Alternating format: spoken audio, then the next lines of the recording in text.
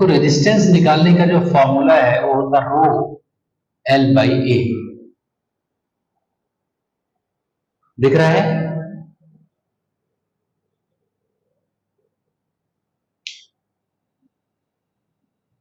दिख रहा है आदित्य? कोई बताएगा? दिख रहा है।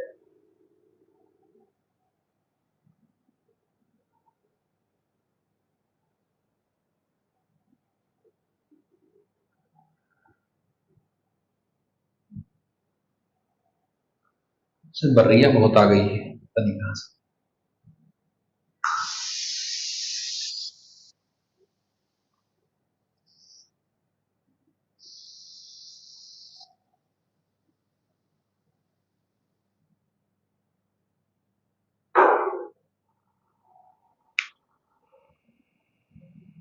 रो क्या होता है? रेजिस्टिविटी।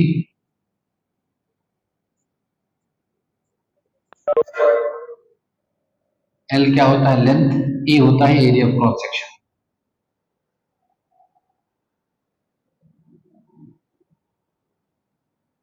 एग्जाम्पल करते हैं, मान लो एक तार इस टाइप का है, इस टाइप का एक वायर है। वैसे तो आमतौर पर सिलिंड्रिकल वायर्स होते हैं। वे तार जो होता है वो सिलिंड्रिकल वायर होता है ना।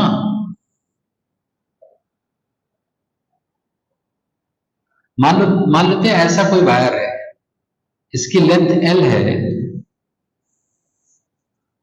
इधर जो रेडियस है ये ए है रेडियस, और इधर जो रेडियस है ये ऐसा है। एक वायर टेपर्ड फॉर्म में है, मतलब एक तरफ से पतला है, जैसे पेंसिल होती है ना, पेंसिल।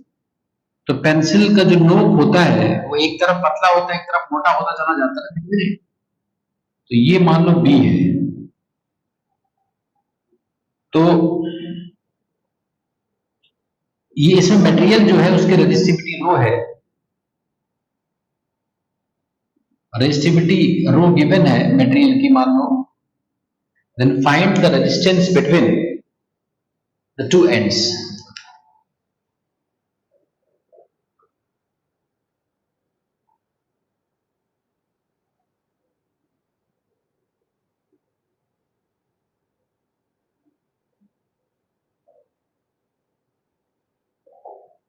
ये क्वेश्चन आ गया, मान लो। कैसे करेंगे बताओ?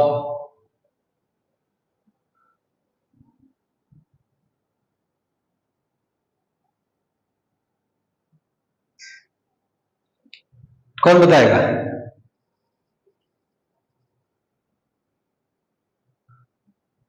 कोई बताएगा?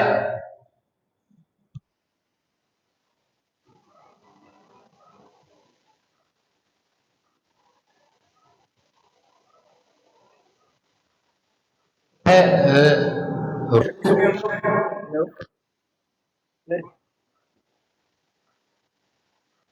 सर, आपका माइक नहीं खुल रहा। सर इसमें हम लोग ये कोई छोटा सा ये पहले मतलब एक्स ले लेंगे, एक्सिस्टेंस पे जाएंगे, वहां से हम लोग उसको थोड़ा डीएक्स बढ़ाएंगे। डीएक्स में आप उतना रेजिस्टेंस निकाल के उसको इंटीग्रेट कर देंगे। लिमिट्स होगी सर बी और ए।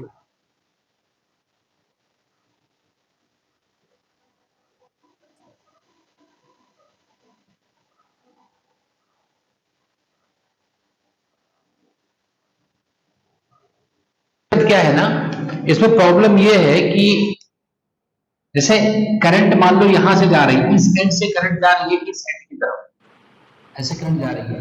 तो जैसे करंट जा रही है वैसे एरिया ऑफ क्रॉस सेक्शन बढ़ता जा रहा है, कांस्टेंट नहीं है। एरिया ऑफ क्रॉस सेक्शन बढ़ता जा रहा है ना। जैसे जब करंट यहां पर है, कहीं जब चलना शुरू कर रही है तो करंट का जो एरिया ऑफ क्रॉस सेक्शन है वो कम है, फिर और ज्यादा क्रॉस सेक्शन एरिया, फिर और ज्यादा क्रॉस सेक्शन एरिया। तो हमारे पास कोई सिंगल क्रॉस सेक्शन एरिया नहीं है जिसको हम फॉर्मूले में रख पाए। रो एल बाई जो नीचे एरिया होता है उसमें कोई सिंगल ऐसी कोई बात नहीं आ रही जिसको रख पाए। तो हमें क्या काम करना होगा, हम लोग क्या करेंगे कि इस एंड से एक्स डिस्टेंस पर जाएंगे और यहां पर एक पट्टी सेलेक्ट कर लेंगे, स्ट्रिप सेलेक्ट कर लेंगे, इसकी विड्थ मान लो dx है, इसकी विड्थ dx है, ऐसा मान लेते हैं। मान लेते हैं ये रेडियस y है, भाई ए से ज्यादा होगा वाई और बी से कम होगा, तो वाई इसका रेडियस है, ऐसा मान लेते हैं। यहां तक किसी को डाउट? कोई डाउट किसी को?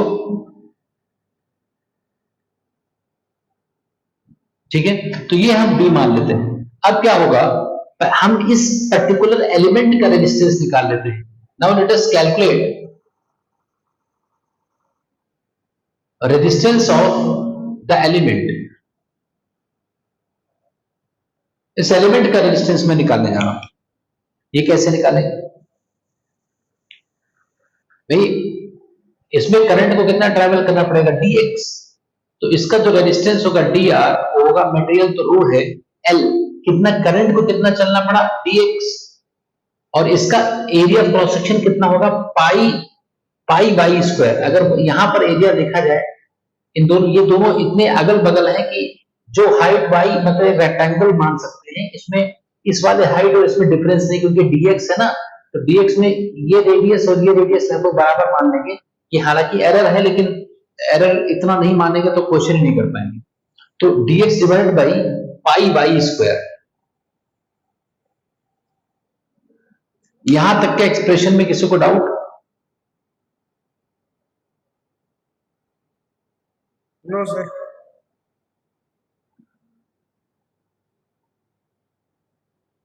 यहां तक के एक्सप्रेशन में चेक करो।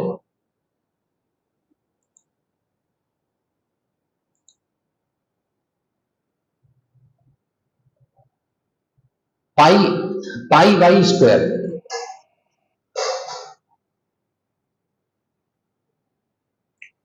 पाई बाई स्क्वायर होगा ना वैष्णवी? अब इसको इंटीग्रेट कर देंगे। अच्छा, कोई मुझे बता सकता है कि y की वैल्यू a और b के टर्म्स में कितना होगा? इसको अभी इंटीग्रेट नहीं कर पाएंगे। मान लो इंटीग्रेशन के लिए हम करेंगे रो बाई पाई, तो कांस्टेंट बाहर आ जाएगा। इंटीग्रेशन में जैसे dx बाई वाई स्क्वायर रखेंगे तो आप कर नहीं पाओगे इंटीग्रेशन। क्यों इंटीग्रेशन कर पाओगे?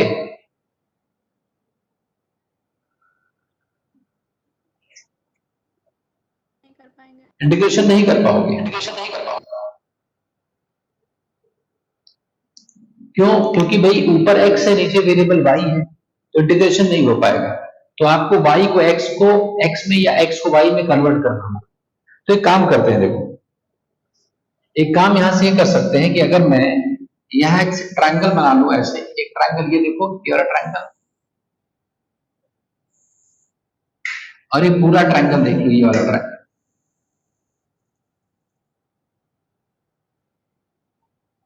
ये एक दो ट्रायंगल्स दिखा है, दोनों सिमिलर ट्रायंगल्स होंगे। एक ट्रायंगल ये है और ये पूरा वाला ट्रायंगल है, पूरा ये बड़ा वाला ट्रायंगल है, ये बड़ा ट्रायंगल है। तो इसमें देखो दोनों सिमिलर ट्रायंगल्स हैं। ये कितना होगा, ये पूरा y है और ये a है नीचे वाला, भाई ये a है तो ये भी a होगा। तो ये इतना बचा हुआ पार्ट होगा y माइनस a। तो y minus a by x, this side बटे this side is equal to this side बटे होल साइड। तो ये है y माइनस a, तो y minus a by x, ये इक्वल होना चाहिए, ये इक्वल होना चाहिए b। ये कितना होगा, b minus a by L. बताओ।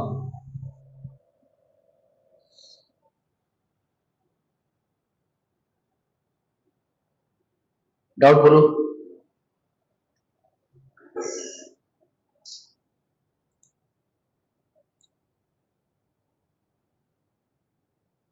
Any doubt? No doubt.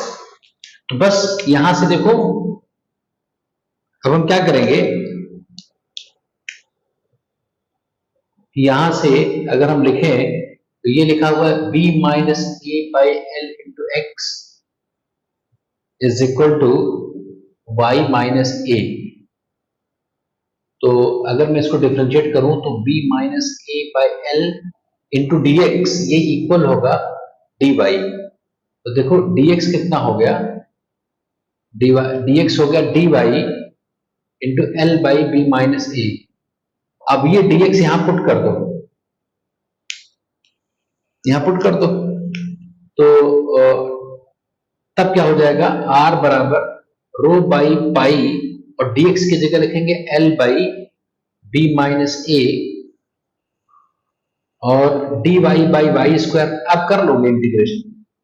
y की वैल्यूज क्या है, सबसे लेफ्ट एंड में जो एरिया, जो रेडियस है वो a है, राइट एंड में जो रेडियस है वो b है। इसको सॉल्व कर लो, आंसर आ जाएगा।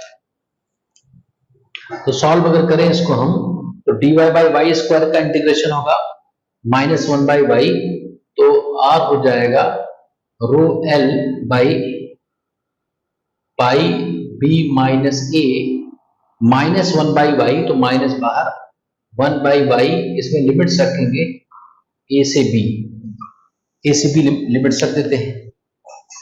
तो इसमें लिमिट अगर रख लिया जाए तो यह r is equal to minus rho l by pi b minus a, और ये हो जाएगा 1 by a minus 1 by B.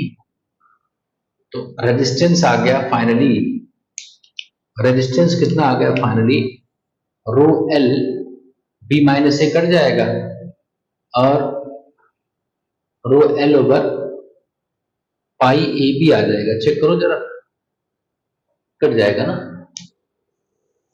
इसकी वैल्यू खत्म हो जाएगी, और ये हम कैलकुलेट कर लेंगे। बताओ कोई डाउट हो तो बताओ। ये माइनस साइन यहां चला जाएगा, तो 1 बाई, ये आएगा आंसर। एनी डाउट, ये होगा आंसर, बोलो। किसी को डाउट हो तो बताओ, 1 मिनट का पॉज है, जल्दी से आंसर इसको नोट करो और बताओ। इसमें कोई बहुत प्रचलित, बहुत फैमिलियर क्वेश्चन है, हर बच्चा इस क्वेश्चन को जानता है जो 12th पास करता है।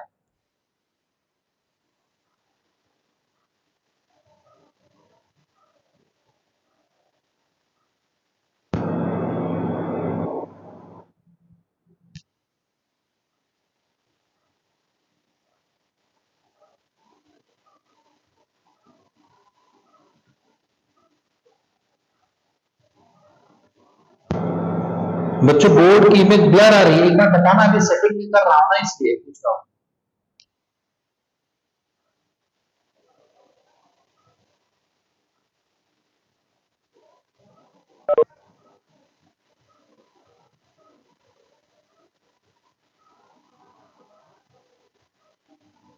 तो थोड़ा सा जूम करेंगे।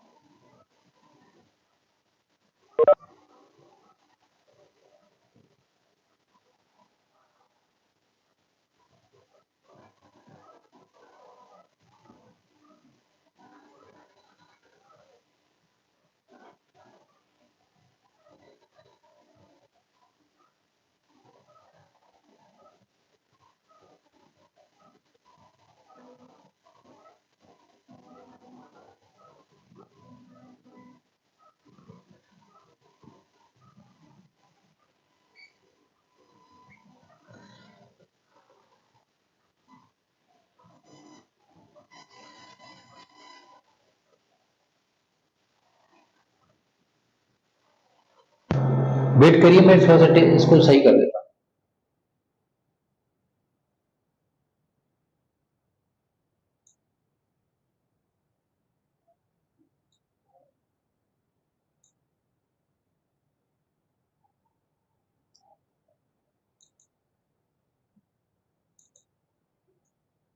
चेक करो वैष्णवी,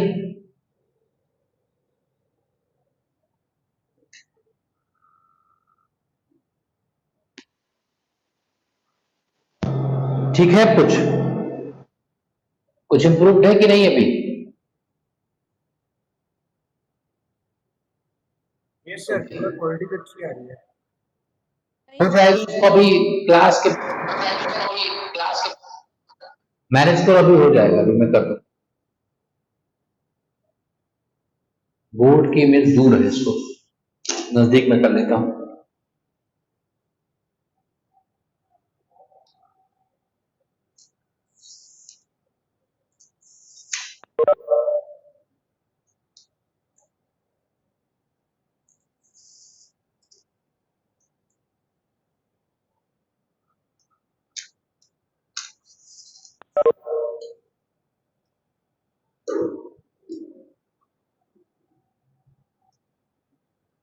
अब चेक करो, कुछ बेटर है?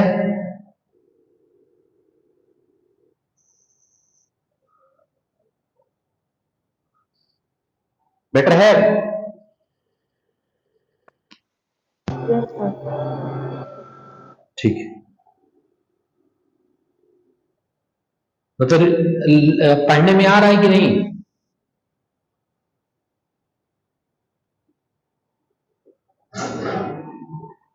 पढ़ने में आ रहा है वैष्णवी? Yes sir. चलो। सर पूरा क्लियर पीछे जब था तब भी विजिबल था, क्लियर था। हैं? सर क्वालिटी तो एकदम अच्छी आ रही है, कोई दिक्कत नहीं है। तो हो सकता है तुम्हारे एंड पे प्रॉब्लम हो, लेकिन ये सही हो जाएगा, थोड़ा सही कर देंगे। तो मैंने क्या किया है, देखो बच्चों की, जैसे इसका रेजिस्टेंस मुझे निकालना था, तो इसमें क्या किया मैंने कि जैसे इसमें एरिया यूनिफॉर्म, मतलब एरिया एक ही नहीं है ना, करंट जैसे आगे ट्रैवल कर रही है, तो यहाँ पर एरिया कम है, फिर एरिया और ज्यादा, फिर और ज्यादा, फिर और ज्यादा है। तो हमारे फार्मूले में जो एरिया था, वो एरिया की जगह पर एक वैल्यू तो रख नहीं पाएंगे, कोई एक वैल्यू, तो हमें इसमें क्या करना होगा, एलिमेंट्स में कट करना होगा। तो मैं यहाँ से x डिस्टेंस आगे चला गया और मैंने यहाँ पर एक एलिमेंट ले लिया, और इस एलिमेंट का रेजिस्टेंस मैंने निकाल दिया। ये जो लेंथ है ना d, इसको मैंने dx मान लिया। तो अगर ये dx लेंथ का ये एलिमेंट है, तो इसमें करंट को dx चलना पड़ा, और यहाँ पर इसका रेडियस y है, तो रेडियस यहाँ पर आ गया, तो वो रेडियस पाई, अगर y रेडियस है तो इसका एरिया क्रॉस सेक्शन पाई वाई स्क्वायर होगा। फिर मैंने सिमिलर ट्रायंगल से छोटे वाले ट्रायंगल और बड़े वाले ट्रायंगल को मिला करके y को x में कन्वर्ट कर लिया, रिलेशन आ गया, तो मैंने dx की जगह dy लिख दिया और इंटीग्रेट कर दिया, तो आंसर आ गया। तो अब बताओ, कोई डाउट हो तो समर बताओ। सर आ तो गया है, एक बार करना पड़ेगा फिर से। मतलब आईआईटी के लेवल का है, तो थोड़ा सा एक बार करना पड़ेगा। हाँ सर। आगे देखते हैं।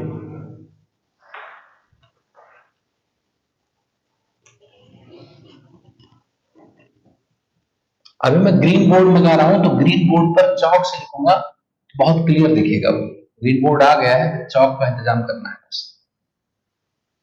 चौक का इंतजाम करना है। सर सर चौक यहाँ मिल जाएगा, आपने नोट कर। हाँ, कौन कौन बोल रहा है, बोलो। कर रहा हूँ, बोलो। अरे सर आपने वो मिटा दिया जो मुझे पूछना था।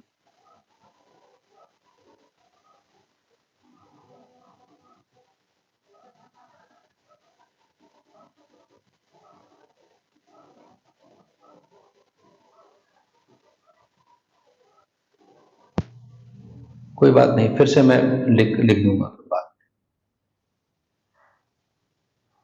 देखते हैं।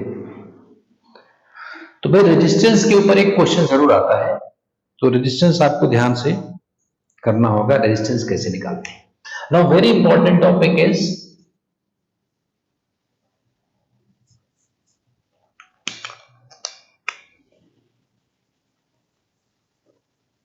dependence of resistivity on temperature.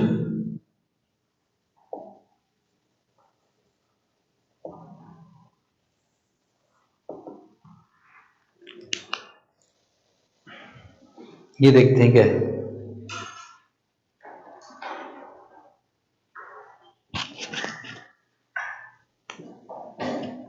Dependence of resistivity on temperature.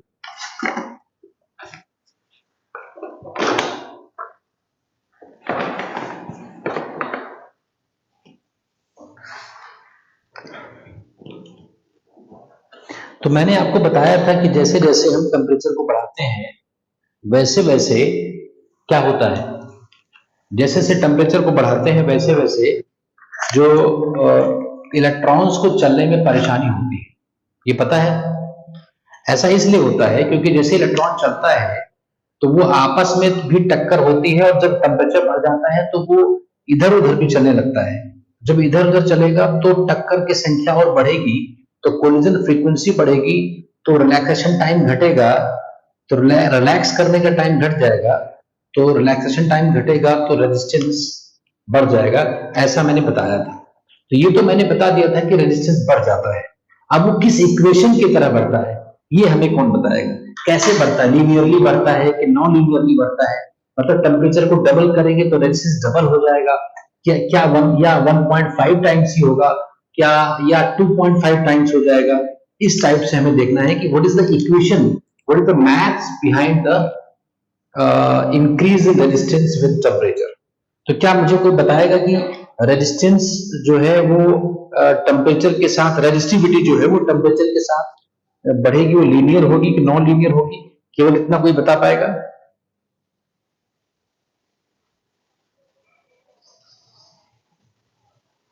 बताओ, कोई बताएगा?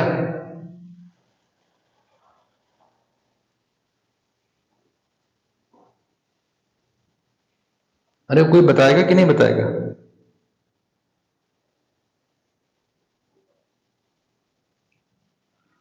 Aditya, yes sir. कैसे बढ़ेगा टेम्परेचर?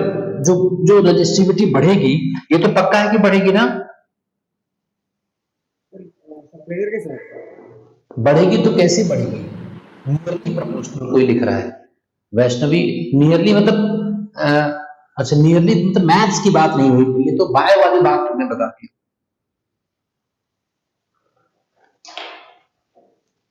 कैसे, लीनियर होगी कि नॉन लीनियर होगी? नॉन लीनियर होती है, तो कैसे होती है देखते हैं।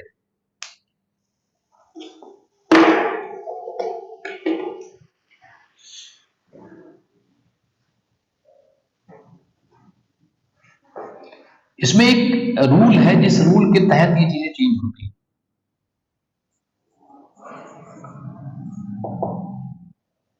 रूल ये है कि the fractional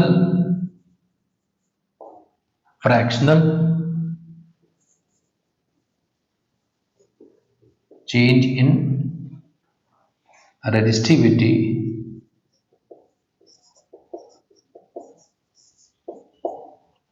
the fractional change in resistivity is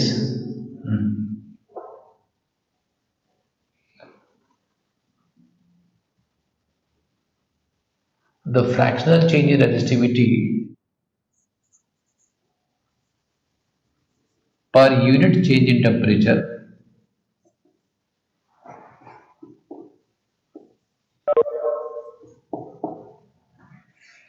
is constant। ये बात समझे कि नहीं? ये समझ पाए? ये कोई बात समझ पाया? फ्रैक्शनल चेंज का मतलब होता है चेंज बटा इनिशियल वैल्यू। फ्रैक्शनल चेंज का मतलब होता है चेंज बटे इनिशियल वैल्यू। जैसे फ्रैक्शनल चेंज रेजिस्टिविटी का मतलब होता है D rho by rho, D rho by rho, ये होगा fractional change. Per unit change, per मतलब divided by temperature is constant, और इस कांस्टेंट को मान लो मैंने अल्फा कह दिया। ये जो डेफिनेशन मैंने टेक्स्ट के फॉर्म में लिखी है उसका ये मैथमेटिकल एक्सप्रेशन है, D rho by rho per unit change in temperature is constant and alpha is constant, that is, let us say this is the thermal coefficient of resistivity, ऐसा कह सकते हैं। ये बात समझ पाए कि नहीं? कोई पूछो, इस बात को समझने में कोई डाउट हो तो बताओ।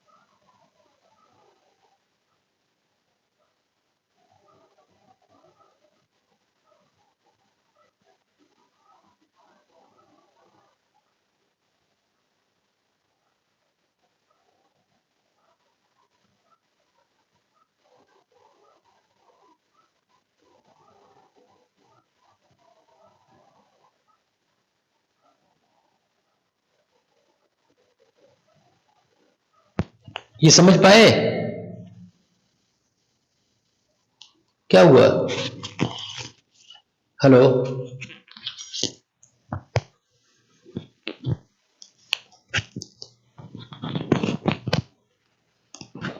आवाज नहीं आ रही क्या आदित्य?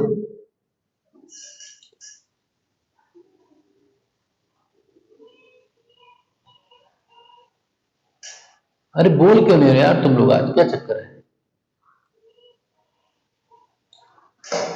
ये समझ पाए क्या है ये डेफिनेशन है, इसमें कुछ नहीं समझना है, ये डेफिनेशन है। तो अब इसको आगे अगर हम एलोबरेट करें तो क्या होगा, देखो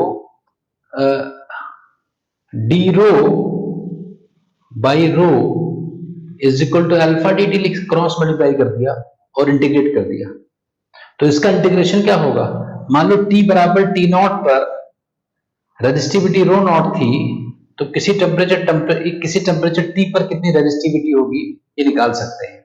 कैसे निकालेंगे? इसका इंटीग्रेशन होता है ln x, तो ln रो कहां से कहां तक, रो नॉट से रो तक is equal to alpha T minus T naught, dx by x का इंटीग्रेशन होता है log x to the base e ln x। तो यहां से आगे देखें अगर हम, तो ये हो जाएगा ln rho by rho naught, मतलब हम जब log e माइनस log b लिखेंगे ऐसे इसको लिखा जाएगा, तो ln upper limit minus log lower limit is equal to alpha t minus T naught. तो यहां से log a minus log b होता है log a बाई b, तो log a by b is equal to alpha t बाद वाला temperature minus पहले वाला टेम्परेचर। ln जब दूसरे साइड में जाता है तो एक्सपोनेंशियल हो जाता है, rho by rho naught is equal to e alpha t minus T naught. तो ये फॉर्मूला हमें मिला कि किस तरह से वेरिएशन होता है टेम्परेचर के साथ। So this is how resistivity varies with temperature. किसी को डाउट हो तो बताओ, एनी डाउट? डाउट बोलो बच्चों। श्लोक, श्लोक डाउट? अरे बोल नहीं रहे आज तुम लोग कोई।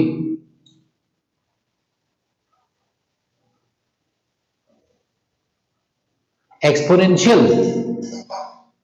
एक्सपोनेंशियल क्या होता है कि जब भी लॉग ना, जब भी ln लॉग दूसरे साइड में शिफ्ट किया जाता है तो e हो जाता है एक्सपोनेंशियल। ये हमेशा ध्यान रखना, जैसे कहीं अगर ऐसा लिखा हो लॉग ln का मतलब होता है लॉग, जैसे मान लो ln x बराबर y लिखा है कहीं, तो इसका मतलब है ln x का मतलब होता है log of x to the base e is equal to y। तो इसको देखो, तुम लोगों ने पढ़ा होगा कि x बराबर e की पावर y लिखा जाता है, चाहे इसको ऐसे लिखो चाहे ऐसे लिखो एक ही बात है। समझे कि नहीं? बोलो, समझ में आया?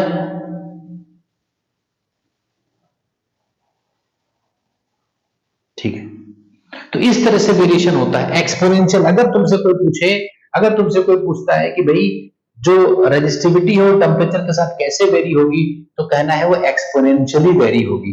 लीनियर उनियर कुछ नहीं बताना है, क्या बताना है? एक्सपोनेंशियली वेरी होगी। ये इसमें कोई डाउट नहीं होना चाहिए। रेजिस्टिविटी टेम्परेचर के साथ एक्सपोनेंशियली वेरी होती है। एक्सपोनेंशियल बहुत पॉपुलर है इस समय, तो कोरोना का ग्राफ भी एक्सपोनेंशियली वेरी कर रहा है। एक्सपोनेंशियल वेरिएशन, फिर बाद में ऐसा हो सकता है कि बाद में कुछ उसमें चेंजेस हो तो कांस्टेंट हो सकता है, लेकिन वो बहुत तेजी से बढ़ता है। कोई डाउट? तो इसका ग्राफ कैसा होगा लिख लिया जानवी? इसको नोट कर लिया सबने?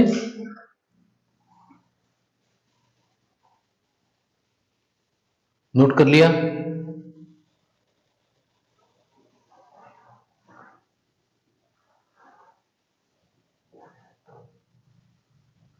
आदित्य बोलो, माइक ऑन करो, बोलो।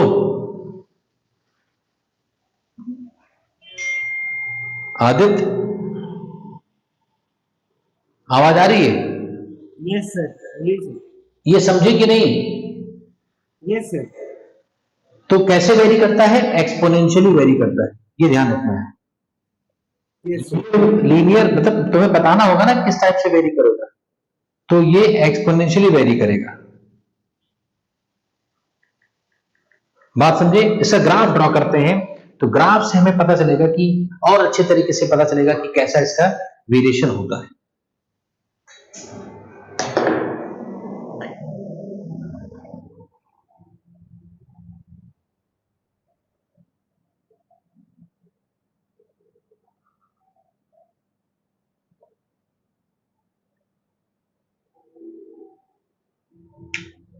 तो ग्राफ अगर ड्रॉ किया जाए तो इनिशियल टेम्परेचर अगर टी नॉट को के बराबर रखा जाए तो इनिशियल रेजिस्टिविटी रो नॉट होगी। इनिशियल टेम्परेचर टी नॉट था ना, तो टी की जगह टी नॉट रखा जाए तो ई की पावर 0 हो जाएगा। Anything raise to the power 0 is 1, तो इनिशियल जो रेजिस्टिविटी है वो रो नॉट है। तो रेजिस्टिविटी रो नॉट है।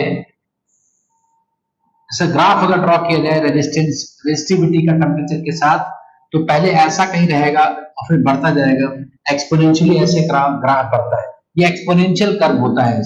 ऐसा टेम्परेचर बढ़ता है। तुम्हारे एनसीईआरटी की बुक में ऐसा ग्राफ एक बना हुआ है। ये रो नॉट है, यहां से रेजिस्टिविटी बढ़नी शुरू होगी और इस तरीके से बढ़ेगी। बताओ, कोई डाउट? Any doubt? ग्राफ आपको पता होना चाहिए। ग्राफ कई बार पूछेंगे। ग्राफ कैसा होता है ये आपके बोर्ड में आ सकता है, बोर्ड में भी आ सकता है और आपके एग्जाम कंपटीशन में आएगा। ये इंपॉर्टेंट बात है जो मैंने बताया है। अक्सर ये नहीं बताया जाएगा आपको और लीनियर बताया जाता है, लेकिन लीनियर नहीं होता है। अगर हम एग्जैक्टली बात करें तो ये नॉन लीनियर होगा और एक्सपोनेंशियल होता है।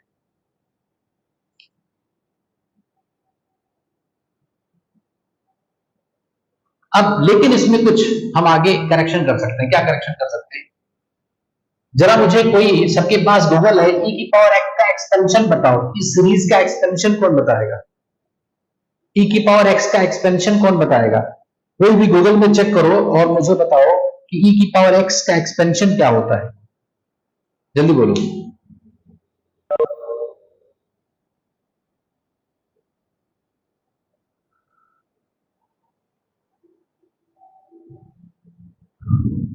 ई की पावर एक्स का एक्सपेंशन सीरीज बोलो, कौन बताएगा? अब जल्दी बोलो यार तुम लोग। 1 plus X square by 2 factorial. Check करो।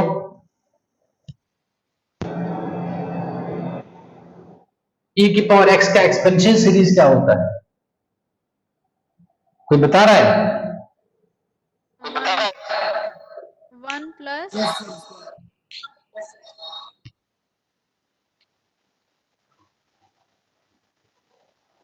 Sir, 1 plus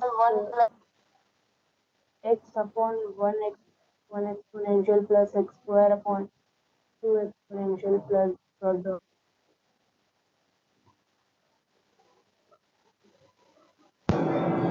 ऐसा आएगा क्या? 1 प्लस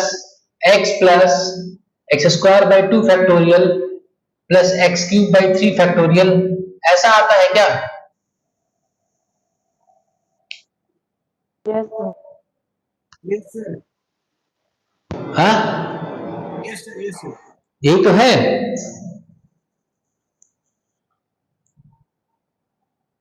ऐसा ई की पावर एक्स का ऐसा होता है, फॉर्मूला होता है ई की पावर एक्स का। तो ई की पावर एक्स अगर लिखा हुआ है तो यहां पर अगर मैं इसको एक्सपेंड करूं तो rho is equal to rho naught e की पावर एक्स। तो ई की पावर एक्स को लिखा जाएगा 1 प्लस ये एक्स की जगह लिखा है alpha T minus T not plus X square मतलब पावर का स्क्वायर मतलब alpha square T minus T not का होल स्क्वायर बाई 2 फैक्टोरियल। ऐसे बढ़ता जाएगा आगे। फैक्टोरियल मतलब 2 इंटू 1, 3 फैक्टोरियल का मतलब होता है 3 इंटू 2 इंटू 1, 4 फैक्टोरियल का मतलब होता है 4 इंटू 3 इंटू 2 इंटू 1। तो इस तरीके से रेजिस्टिविटी हो गई। अब ध्यान से देखो, टिपिकल जो वैल्यू होती है अल्फा की, टिपिकल वैल्यू लगभग 10 की पावर -5 के ऑर्डर की होती है पर केल्विन। तो अगर 10 की पावर -5 लिखा है, यहाँ स्क्वायर कर दिया जाए तो अल्फा स्क्वायर का मतलब हो गया 10 की पावर -10, और ये जो टर्म है इसमें 10 की पावर -5 है, इस टर्म में 10 की पावर -10 हो जाएगा, इसके आगे वाले टर्म में 10 की पावर -15 हो जाएगा। तो इस टर्म के बाद जितने टर्म्स आएंगे वो बहुत छोटे होंगे, तो उन सबको मैंने नेग्लेक्ट कर दिया, इसके बाद के सारे टर्म्स को नेग्लेक्ट कर दिया। लेकिन नेग्लेक्ट तभी कर पाओगे जब टेम्परेचर छोटा हो। मान लो ये टर्म तो छोटा है अल्फा, लेकिन T माइनस टी नॉट ही बहुत बड़ा हो, मान लो 10 की पावर 10 हो, तब तो गामा हो जाएगा ना, दोनों का आंसर बहुत ज्यादा हो जाएगा। तो अगर मैं ये लिख रहा हूं कि अगर T minus T not small है, इज स्मॉल रेंज टेम्परेचर्स, अगर छोटे हो तब हम हाइयर जो पावर्स है, हाइयर टर्म्स है, उसको निगलेक्ट कर देंगे, तो हमारे पास रो का जो फॉर्मूला बचेगा rho naught 1 plus alpha T minus T naught ही बचेगा। अक्सर तुम्हारी सबकी बुक्स में ये फॉर्मूला लिखा होगा, ये फॉर्मूला लीनियर है, देखो y बराबर mx प्लस c के फॉर्म में लिखा हुआ है, और ये वेरिएबल है, ये टर्म वेरिएबल है, तो ये वेरिएबल है तो इसको y लिख दिया जाए y, और यहां पर रो नॉट इसको c हो गया, plus slope rho naught into alpha को स्लोप इंटू x मतलब ये वेरिएबल, तो ऐसा लिखा रहेगा, तो y equal to mx plus c लिखा रहेगा। तो अक्सर बच्चों को ये लगता है कि टेम्परेचर के साथ रेजिस्टिविटी का जो वेरिएशन है वो लीनियर होता है, लेकिन वो गलत है। वो तब होगा जब टेम्परेचर की रेंज बहुत कम हो।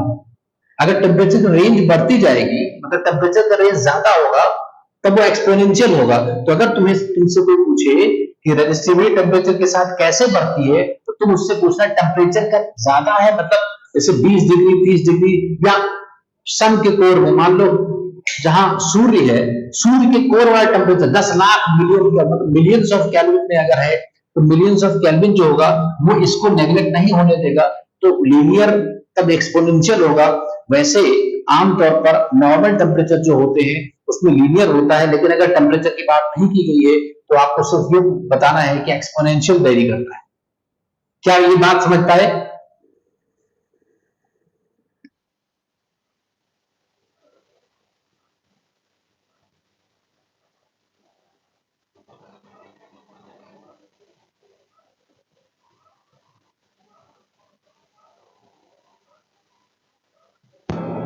आदर्श, सुचिता,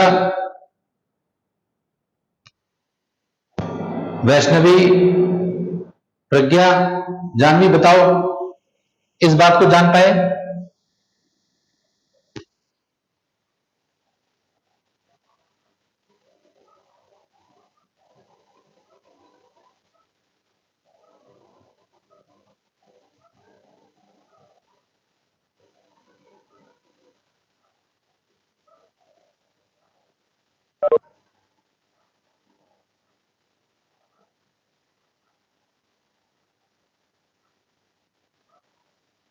मीटिंग एंड होगी तो तुरंत मैं फिर से रीशेड्यूल कर दूंगा, 2-3 मिनट में फिर से एंड हो जाएगी, इस पर टाइम लगा हुआ है, तो ये ऐसा हो जाएगा। फिर मैं ये कहना चाहता हूं सर, एक्सपोनेंशियल फर्स्ट एक्सप्लेन कर दीजिए फिर से स्लोप। तो एक्सपोनेंशियल का ये फॉर्मूला होता है स्लोप। तुम लोग जैसे अभी सीक्वेंस ऑफ सीरीज पढ़ा होगा तुमने 10th-11th क्लास में, तो उसमें हर e की पावर x हो गया, 2 की पावर x हो गया, इन सबकी एक्सपेंशन सीरीज होती है। तो e की पावर x का एक्सपेंशन सीरीज ये होता है। तो यहां पर e की पावर x ही जो लिखा है, अगर मैं इसको x मान लूं तो e की पावर x का फॉर्मूला क्या है?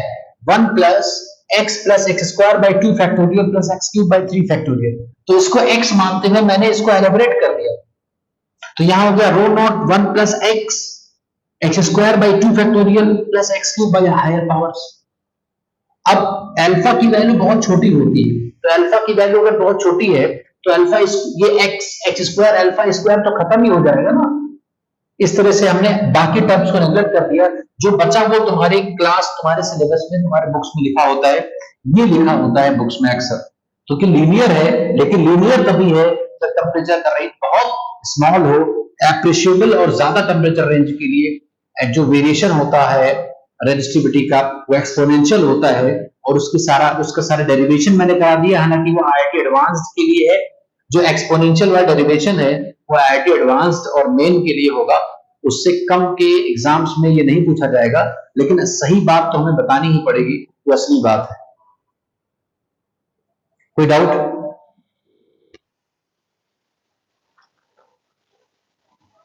श्लोक अब समझे? श्लोक अब समझ गए? सर हाँ बोलो। सर हम लोगों ने नहीं पढ़ा है ये, मुझे नहीं आ रहा समझ में एक्सपोनेंशियल चीज जो भी है ये।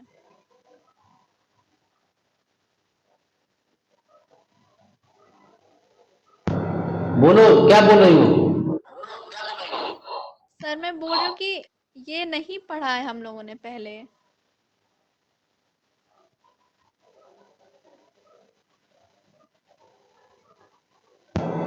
हाँ, ये नहीं पढ़ा होगा, चीजें होंगी जो तुमने नहीं, और लेकिन सीखना पड़ेगा। इसमें फिर से मैं बता दूंगा, इसको सेपरेटली मुझे फोन करके बात में पूछ लेना, तो मैं फिर से इसको एक्सप्लेन कर दूंगा, ठीक है? लेकिन हमें सही तो बताना ही पड़ेगा, तुमने पढ़ा हो या चाहे ना पढ़ा हो, लेकिन हम सच बात तो बताना ही पड़ेगा, नहीं तो गड़बड़ हो जाएगा।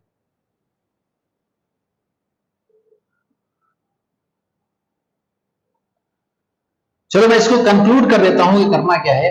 जब भी तुमसे कोई पूछे कि रेजिस्टिविटी का वेरिएशन टेम्परेचर के साथ कैसे होता है, तो तुम्हें कहना है कि एक्सपोनेंशियल होता है। अगर वो कहते टेम्परेचर ज्यादा नहीं बढ़ रहा है, तो कह देना लीनियर होता है। जो बच्चे बोर्ड और इसकी तैयारी कर रहे हैं नीट की, उनके लिए सिर्फ यही फॉर्मूला सफिशियंट है। रो क्या है? बाद वाले किसी टेम्परेचर पर रेजिस्टिविटी, टी नॉट टेम्परेचर पर रेजिस्टिविटी रो नॉट है। ये 0 केल्विन है ना, 0 केल्विन है टी नॉट, 0 डिग्री सेल्सियस है, मतलब 273 केल्विन पर। 0 डिग्री सेल्सियस पर जो रेजिस्टिविटी होगी रो नॉट, और जैसे हम टेम्परेचर बढ़ाते जाएंगे वैसे हमारी रेजिस्टिविटी बढ़ती जाएगी। तो तुम्हारे लिए सिर्फ यही इंपॉर्टेंट है, इसको ही ध्यान रखो। जानवी बताओ।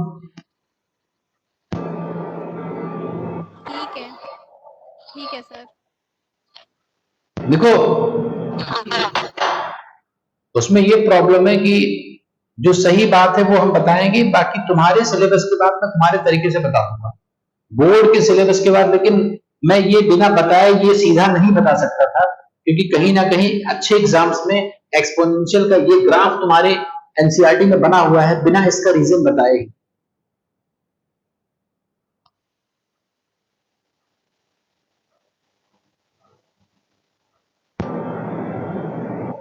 आगे देखते हैं, सर बताओ।